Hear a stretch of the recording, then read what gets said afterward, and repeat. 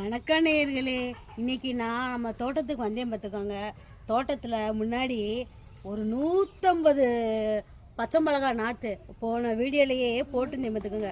அவ்வளோ நட்டு வச்சுட்டு போனேன். நான் நட்டு வச்சுட்டு போய்கிட்டு இருக்கேன். மழை பிடிச்சது தாங்க. மழை ஓயறதுக்கே மாதக்கணக்காகிடுச்சு பார்த்துக்கோங்க.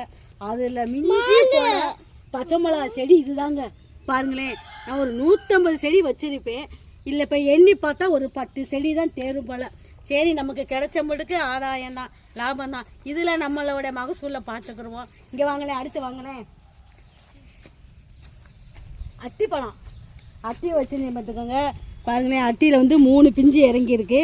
பாருங்களேன், இது ஒவ்வொரு இலைக்கும் இங்கிட்டு வரலை இங்கிட்டு வரலை, இப்படி 4 இலை வந்த உடனே ஒரு பிஞ்சு விட்டுரும் பார்த்துக்கோங்க.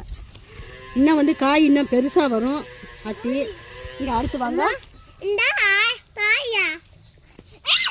ஏய் கத்தாதீங்க. இதை பாருங்களேன், இது எந்த இலைன்னு தெரியுதா? பட்டா இலைன்னு சொல்லுவாங்க பார்த்தீங்களா? பிரியாணி இலை பார்த்துக்கோங்க.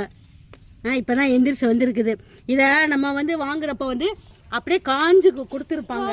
இது நம்ம வீட்டுக்கு தேவைன்னு வச்சுக்கோங்களேன். அப்படியே கீழே ஊடி பிடிங்க, அப்படியே ஃப்ரெஷ்ஷாக வந்து கறி குழம்புக்கு நான்வெஜ்ஜுக்கெல்லாம் போட்டுக்கலாம். அடுத்து இங்கே பாருங்களேன், இதை பாருங்கள். இந்த கீரை எல்லாரும் பார்த்துருப்பீங்களா?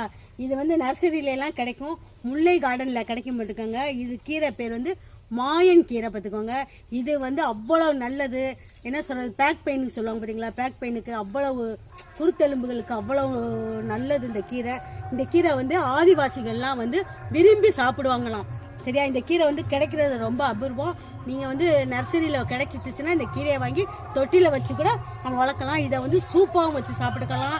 அப்புறம் கீரையாகவும் ஒரு பருப்பு போட்டு கீரையாக வச்சு சாப்பிட்டுக்கலாம். வாரத்தில் ஒரு நாள் சாப்பிட்டாலே போதும் நேர்களே. இந்த கீரையை மிஸ் பண்ணிடாதீங்க. பாருங்கள், கீரை இப்படி தான் இருக்கும்.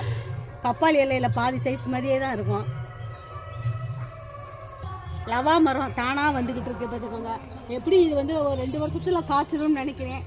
நல்லா நம்ம உயரத்துக்கு ஏற்ற மாதிரி குட்டை மரமாக இருக்குது. பார்ப்போம், சீசனில் நல்லா கிடைக்கும் நமக்கு. நேர்களே, நான் வந்து இந்த வட்டம் வந்து நிறையா வந்து எதிர்பார்த்தேன் பார்த்துக்கோங்க. நல்லா மழை பெய்யுது, நல்லா குளுன்னு இருக்குது, குளுமையாக இருக்குது, நிறையா மகசூல் எடுக்கலான்னு பார்த்தேன். ஆனால் வந்து மழையிலையும் பாதி அழிஞ்சு போச்சு, பனியில் பாதி கருகி போச்சு. இந்த வட்டம் வந்து என்னை ரொம்ப கொஞ்சம் ஏமாற்றிட்டாங்க. சரி பரவாயில்ல, விடாமுயற்சியே வெற்றிக்கு வழி. நம்ம வீட்டு தோட்டத்தில் நமக்கு கிடைக்கிறதும் நம்ம வந்து யூஸ் பண்ணிக்கிறோம் நேர்களே. சரி, நெக்ஸ்ட் வீடியோவில் சந்திக்கிறேன். நன்றி, பை பாய்.